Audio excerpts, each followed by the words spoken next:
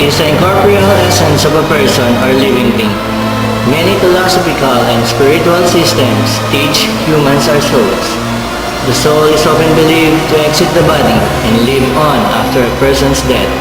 Some religions believe that God creates souls.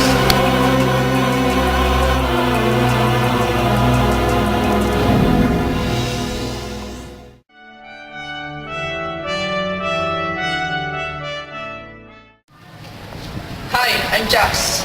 I'm Ronald. I'm Vincent. I'm Jerwin.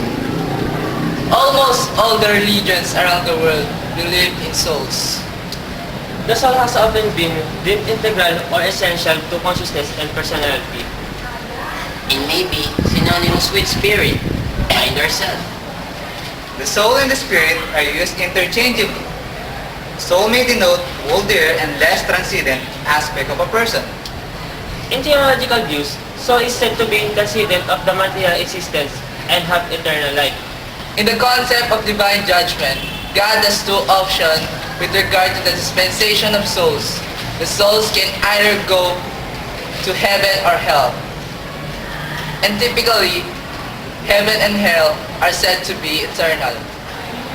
In non-monotheistic views, particularly in Dharma, religions may have differing concepts, such as reincarnation or maybe nirvana.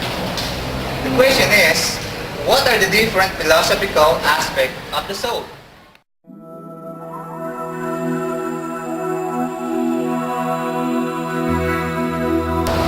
Socrates considered the soul as the essence of a person, being that which decides how we behave. He considered this essence as an incorporeal, eternal occupant of our being. As bodies die, the soul is continually reborn in subsequent bodies.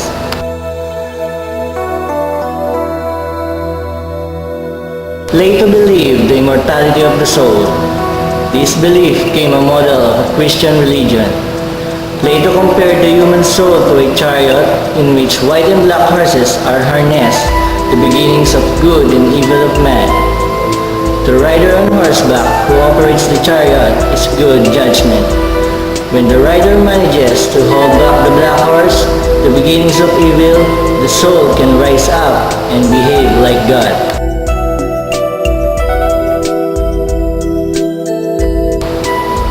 Aristotle defined soul as the core or essence of a living being.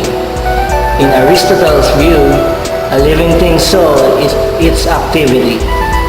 For example, the soul of an eye would decide if it were an independent life form. Again, if a pen had a soul, the act of writing would be the soul, because writing is the essence of what it is to be a pen. He believed that the soul is not an entirely separate, closely occupant of a body, just as we cannot separate the activity of writing from the pen. Soul is an actuality of a living body. It cannot be immortal. When the pen is destroyed, the writing stops. In the epistemological theory of St. Thomas Aquinas, since the intellectual soul is capable of knowing all material things, and since in order to know a material thing, there must be no material thing within it, the soul was definitely not corporeal. Therefore, the soul had an operation separate from the body, and therefore could subsist without the body. Furthermore, since the rational soul of human beings was subsistent and was not made up of matter and form, it could not be destroyed in any natural process. Now that we know the different philosophical views about the soul, let us discuss the different religious views about the soul. Christians believe that God creates souls. When people die, their souls will be judged by God and determined to spend an eternity in heaven or in hell. Christians believe that if one has not repented of one's sins, he or she will go to hell and suffer eternal separation from God, while believers will inherit eternal life in heaven and enjoy eternal fellowship with God. According to Muslims, the soul is put in the embryo, 40 days after fertilization takes place. After death, a person's spirit is extracted from the body and enters an intermediate state known as barzakh, a parallel universe which humans in the mortal world cannot visualize. This stage results in a cold sleep state where the soul will rest until the judgment day. The person is either rewarded in the next world of existence by going to heaven if they have followed Allah's commands, or punished if they have disobeyed Him.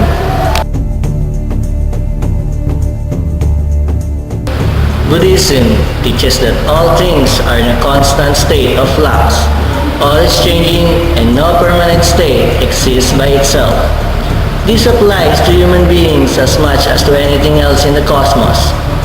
Thus, a human being has no permanent self. According to this doctrine of anatta, or no self or no soul, the words I or me do not refer to any fixed thing. They are simply convenient terms that allow us to refer to an ever-changing entity. Buddhism does not deny the existence of the soul. Instead, Buddhism denies the existence of a permanent entity that remains constant behind the changing corporeal and incorporeal components of a living being. In Hinduism, the Sanskrit words most closely corresponding to soul are Jiva, Atman, and Purusha, meaning the individual self.